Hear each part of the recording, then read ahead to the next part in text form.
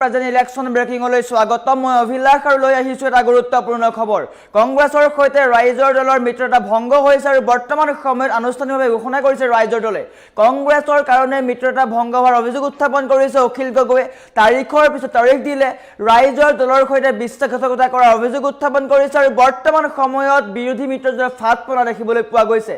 শিবিৰৰ হাহাকাৰ লাগিছে আৰু বৰ্তমান সময়ত কংগ্ৰেছৰ সৈতে ৰাইজৰ দলৰ মিত্ৰতা ভংগ হৈছে আৰু বৰ্তমান সময়ত ডাঙৰ খবৰ আহি পৰিছে আৰু সবিশেষ লৈ অহাৰ চেষ্টা কৰিছো জনাইছো star cement present election breaking এটা গুৰুত্বপূৰ্ণ খবৰ কংগ্ৰেছৰ বাবে মিত্ৰতা ভংগ এই অভিযোগ উত্থাপন কৰিছে অখিল গগৈয়ে ৰাইজৰ দলৰ সৈতে কংগ্ৰেছৰ মিত্ৰতা ভংগ হৈছে আনুষ্ঠানিকভাৱে ৰাইজৰ দল কংগ্ৰেছৰ মিত্ৰতা ভংগ এটা গুৰুত্বপূৰ্ণ খবৰ ৰাইজৰ দল আৰু কংগ্ৰেছৰ মিত্ৰতা ভংগ ২৬ৰ নিৰ্বাচন সমাগত কিন্তু মিত্ৰতা হৈ নুঠিল বিৰোধী শিবিৰত কংগ্ৰেছৰ বাবে মিত্ৰতা ভংগ হ'ল কংগ্ৰেছৰ কাৰণে মিত্ৰতা ভংগ হৈছে এই মন্তব্য বা এই কথা কৈছে ৰাইজৰ দলে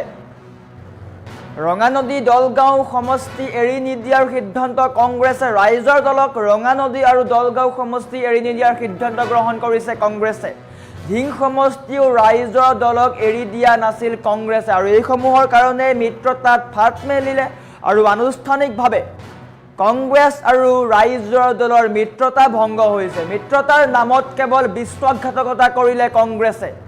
ৰাইজৰ দলৰ সৈতে বিশ্বাসঘাতকতা কৰিলে কংগ্ৰেছে তাৰিখৰ পিছত তাৰিখ দি সময় নষ্ট কৰিলে ৰাইজৰ দলৰ বৰ্তমান সময়ত ৰাজ্যৰ ৰাজনীতিৰ এটা অন্যতম গুৰুত্বপূৰ্ণ খবৰ ৪৫ দিনৰ সময় লোকচান কৰিলে আমাৰ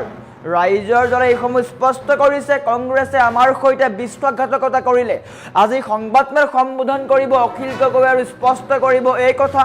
আৰু প্ৰেছ বিবৃতি যোগে এই কথা স্পষ্ট কৰিছে ৰাইজৰ দলে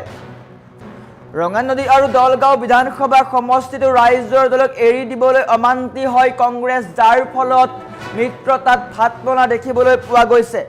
কংগ্ৰেছ ৰাইজৰ দলৰ মিত্ৰতাৰ আলোচনাৰ প্ৰক্ৰিয়া অন্ত পৰিল আৰু এইখন হৈছে ৰাইজৰ দলে আনুষ্ঠানিকভাৱে দিয়া প্ৰেছ বিবৃতি ইয়াৰ স্পষ্টকৈ উল্লেখ আছে কংগ্ৰেছ ৰাইজৰ দলৰ মিত্ৰতাৰ আলোচনাৰ প্ৰক্ৰিয়া অন্ত পৰিল বাৰম্বাৰ অনুৰোধৰ পিছতো কংগ্ৰেছে ৰাইজৰ দলৰ সৈতে মিত্ৰতা পাশত আবদ্ধ নহ'ল ১৩ মাৰ্চত দিল্লীত যি কংগ্ৰেছৰ মিত্ৰতা সম্পৰ্কীয় উচ্চস্তৰীয় বৈঠক হৈছিল আৰু তাতেই বৈঠকৰ পূৰ্বে ৰাইজৰ দলক এৰি দিয়া ৰঙানদী আৰু দলগাঁও সমষ্টিও এৰি নিদিয়াৰ সিদ্ধান্ত ল'লে কংগ্ৰেছে ১৩ মাৰ্চত যি দিল্লীত অনুষ্ঠিত হৈছিলে কংগ্ৰেছৰ উচ্চস্তৰীয় বৈঠক তাৰ পূৰ্বে কিন্তু ৰাইজৰ দলক ৰঙানদী আৰু দলগাঁও সমষ্টি এৰি দিয়াৰ কথা আছিল কিন্তু সেই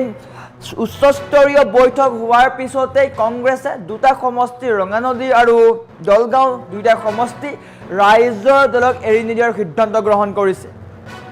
আৰু বৰ্তমান সময়ত ৰাজ্যৰ ৰাজনীতিত এটা গুৰুত্বপূৰ্ণ খবৰ তাৰিখৰ পিছত তাৰিখ আলোচনাৰ পিছত আলোচনা বৈঠকৰ পিছত বৈঠক অনুষ্ঠিত হ'ল কিন্তু মিত্ৰতা থিৰাং নহ'ল কংগ্ৰেছ আৰু ৰাইজৰ দলৰ আৰু বৰ্তমান সময়ত ফাট মেলা দেখিবলৈ পোৱা গৈছে হাহাকাৰ লাগিছে বিৰোধী শিবিৰত ফাট মেলা দেখিবলৈ পোৱা গৈছে ২৬ৰ নিৰ্বাচনত বিজেপিৰ বিৰুদ্ধে একত্ৰিত হোৱাৰ কথা কোৱা কংগ্ৰেছ আৰু ৰাইজৰ দলৰ বৰ্তমান তথৈবচ অৱস্থা থেৰেকা চুটি হেৰুৱাইছে গৌৰৱ গগৈ আৰু অখিল গগৈৰ মাজত মিত্ৰতা নহ'ল যাৰ ফলত দুয়োটা দলে এতিয়া পৃথকে নিৰ্বাচনৰ প্ৰতিদ্বন্দ্বিতা আগবঢ়াব দুটাকৈ সমষ্টি দলগাঁও আৰু ৰঙানদী সমষ্টি এই দুয়োটা সমষ্টি কংগ্ৰেছে ৰাইজৰ দলক এৰি নিদিলে যাৰ ফলত মিত্ৰতাত ফাট মেলা দেখিবলৈ পোৱা গৈছে আৰু ৰাইজৰ দলে স্পষ্টকৈ কৈছিলে আমাক কেইবাটাও সমষ্টি লাগিব ১৫টা সমষ্টিৰ কথা উল্লেখ কৰিছিলে কিন্তু কংগ্ৰেছে সেইকেইটা সমষ্টি দিবলৈ অমান্তি হৈছিল যাৰ ফলত মিত্ৰতা থিৰাং হোৱা নাছিল আৰু বৰ্তমান সময়ত আনুষ্ঠানিকভাৱে কংগ্ৰেছ আৰু ৰাইজৰ দলৰ মিত্ৰতা ভংগ হৈছে আৰু ২৬ৰ বিধানসভা নিৰ্বাচনত অকলেই প্ৰতিদ্বন্দ্বিতা কৰিব ৰাইজৰ দলে অৱশেষত কংগ্ৰেছ আৰু ৰাইজৰ দলৰ মিত্ৰতা ভংগ হৈছে আৰু কংগ্ৰেছক তীব্ৰ আক্ৰমণ কৰা দেখিবলৈ পোৱা গৈছে মিত্ৰতাৰ নামত কেৱল বিশ্বাসঘাতকতা কৰিলে কংগ্ৰেছৰ একোঘেমীয়া স্থিতিৰ বাবে ফাট মেলিলে বিৰোধী ঐক্যত সমষ্টিকেন্দ্ৰিক সংঘাতৰ ফলত এই ফাট মেলা দেখিবলৈ পোৱা গৈছে ৰঙানদী দলগাঁও আৰু ধিং সমষ্টিৰ স্বাৰ্থত আঁতৰি আহিল ৰাইজৰ দল কংগ্ৰেছৰ বিৰুদ্ধে অখিল গগৈৰ বিস্ফোৰক অভিযোগ সময় নষ্টৰ ক্ষোভ উজাৰিছে ৪৫ দিনৰ বহুমূলীয়া সময় লোকচান কৰিলে কংগ্ৰেছে ইয়াৰ ৰাইজৰ দলৰ মন্তব্য তাৰিখৰ পিছত তাৰিখ দি ৰাইজৰ দলক প্ৰতাৰণা কৰাৰ অভিযোগ উত্থাপন কৰিছে আৰু আজি মুখ খুলিব বিধায়ক অখিল গগৈয়ে স্পষ্ট কৰিব এই কথা কিয় মিত্ৰতা নহল গৌৰৱ গগৈৰ সৈতে কি আলোচনা হল কি আলোচনা নহল কিয়নো ১৩ মাৰ্চত যি কংগ্ৰেছৰ উচ্চস্তৰীয় বৈঠক দিল্লীত অনুষ্ঠিত হৈছিল তাৰ পূৰ্বলৈকে কিন্তু ৰঙানদী আৰু দলগাঁও এই দুয়োটা সমষ্টি ৰাইজৰ দলক দিয়াৰ কথা আছিল কিন্তু উচ্চস্তৰীয় বৈঠক হোৱাৰ পিছতে এই দুয়োটা সমষ্টি ৰাইজৰ দলক এৰি দিবলৈ অমান্তি হ'ল কংগ্ৰেছ যাৰ ফলত মিত্ৰতা ভংগ হৈছে দুয়োটা দলত আৰু অৱশেষত কংগ্ৰেছ আৰু ৰাইজৰ দলৰ বহু চৰ্চিত মিত্ৰতাৰ আলোচনা অমীমাংসিতভাৱে সমাপ্ত হ'ল যোৱা কেইবা মাহ ধৰি কংগ্ৰেছ আৰু ৰাইজৰ দলৰ মাজত মিত্ৰতাৰ আলোচনা অনুষ্ঠিত হৈ থকাৰ পিছতো কংগ্ৰেছ দলে মিত্ৰতাৰ পক্ষত অৱস্থান গ্ৰহণ নকৰিলে বুলি আগবঢ়াইছে ৰাইজৰ দলে কাৰ্যত ৰাইজৰ দলৰ সৈতে ২০২৬ৰ বিধানসভা নিৰ্বাচন একেলগে খেলাৰ কোনো সিদ্ধান্ত গ্ৰহণ নকৰিলে কংগ্ৰেছে এইসমূহ ৰাইজৰ দলে নিজৰ প্ৰেছ বিবৃতিত উল্লেখ কৰিছে ১৩ মাৰ্চ তাৰিখে কংগ্ৰেছ দলৰ CEC বৈঠক আৰু মিত্ৰতা সম্পৰ্কীয় বিশেষ বৈঠকতো কংগ্ৰেছ আৰু ৰাইজৰ দলৰ মিত্ৰতা সম্পৰ্কীয় কোনো সিদ্ধান্ত গ্ৰহণ নহ'ল বৰ্তমান সময়ত স্পষ্ট কৰিছে এই কথা ৰাইজৰ দলে যে তেওঁলোকৰ কেৱল সময় নষ্ট কৰিলে কংগ্ৰেছে নতুনকৈ ৰঙানদী আৰু দলগাঁও বিধানসভা সমষ্টিটো ৰাইজৰ দলক এৰি দিবলৈ অমান্তি হয় ফলত সেই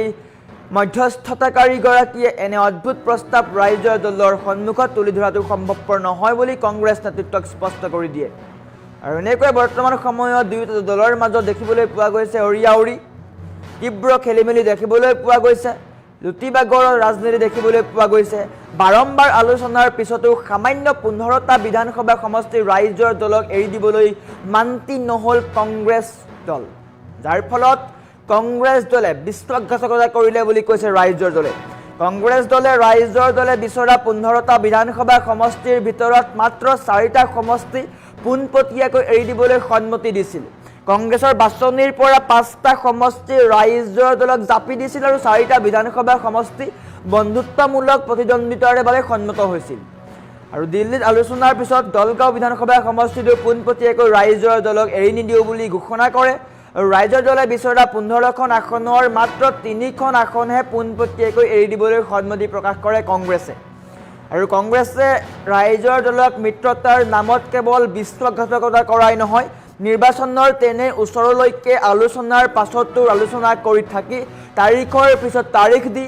প্ৰত্যেক দিনাই কথা সলনি কৰি থাকি নিৰ্বাচন পূৰ্বৰ এই অতি গুৰুত্বপূৰ্ণ ৪৫ দিনৰ সময়খিনি লোকচান কৰিলে ৰাইজৰ দলৰ এই অভিযোগ উত্থাপন কৰিছে ৰাইজৰ দলে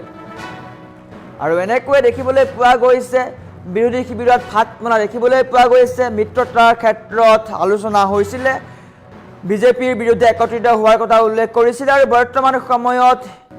কংগ্ৰেছ আৰু ৰাইজৰ দলৰ মাজত ভাত মলা দেখিবলৈ পোৱা গৈছে আৰু আজি আনুষ্ঠানিকভাৱে অখিল গগৈ সংবাদমেল সম্বোধন কৰিব তাত স্পষ্ট কৰিব এই কথা আৰু পোনপটীয়াকৈ এটা কথা স্পষ্ট হৈ পৰিছে ২৬ৰ নিৰ্বাচনত ৰাইজৰ দল আৰু কংগ্ৰেছ দলক একেলগে প্ৰতিদ্বন্দ্বিতা কৰা দেখিবলৈ পোৱা নাযাব মিত্ৰতা ভংগ হৈ গৈছে